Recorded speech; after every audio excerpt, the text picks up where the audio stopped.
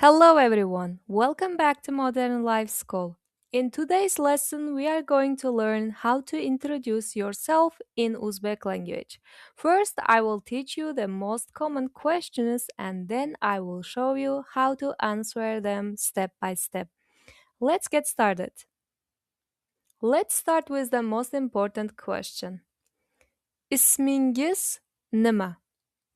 İsmingiz nima?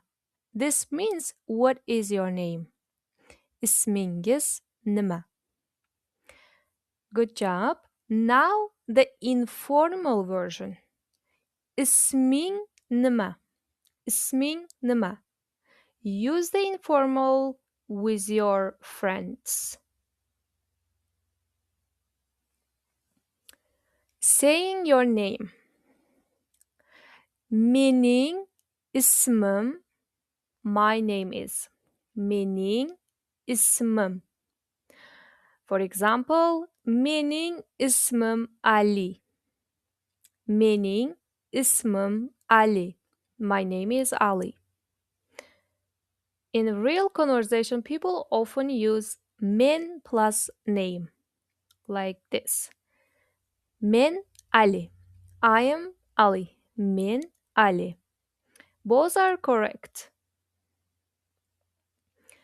Qayerdansiz? Qayerdansiz? This means where are you from? Qayerdansiz? Informal form is qayerdansan? Qayerdansan? Let's learn how to answer. Mendanman. I am from. Men, your country name, danman. For example, men Amerikadanman. Amerikadanman. Men Amerikadanman. I am from America. Men Turkiyadanman. I am from Turkey. Men Turkiyadanman. Men O'zbekistondanman. I am from Uzbekistan. Men O'zbekistondanman. Just add danman to any place.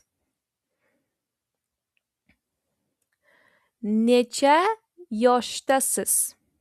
Necha yoshdasiz? This means how old are you? Necha yoshdasiz?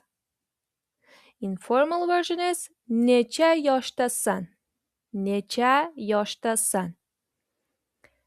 Okay, let's learn how to answer these questions. Men number yoshdaman. I am years old. For example, men 20 yoshdaman. Men 25 yoshdaman. Men 30 yoshdaman. Men 20 yoshdaman means I am 20 years old. I am 25 years old. I am 30 years old. Okay. Kasbingiz nima? It means what is your job? What are you doing? Kasbingiz nima? Informal is kasbing nima. Use the formal forms with people you don't know and informal forms with your friends. Okay? Saying your job. Men man. I am an. For example, if you want to say I am a student, you can say men talabaman. Men talabaman. Talaba means student. Man means men. I am. Men talabaman. Men o'qituvchiman. I am a teacher. Men o'qituvchiman.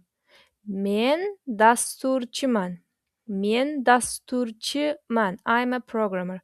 Men dasturchiman. Men shifokorman. I am a doctor. Men shifokorman. Shifokor.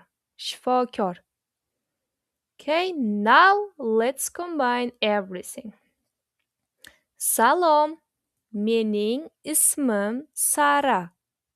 Men Amerikadanman. Men 22 yoshdaman. Men talabaman. Hi, my name is Sarah. I am from America and I am 22 years old. I am a student. Okay, now it's your turn. Pause the video and answer these questions. Ismingiz nima? Qayerdansiz? Necha yoshdasiz? Kasbingiz nima? And great job, everyone! Now you can introduce yourself in Uzbek language and understand basic questions. In the next lesson, we are going to learn numbers in Uzbek language. Don't forget to like, subscribe, and continue the course with Modern Life School. See you in the next video.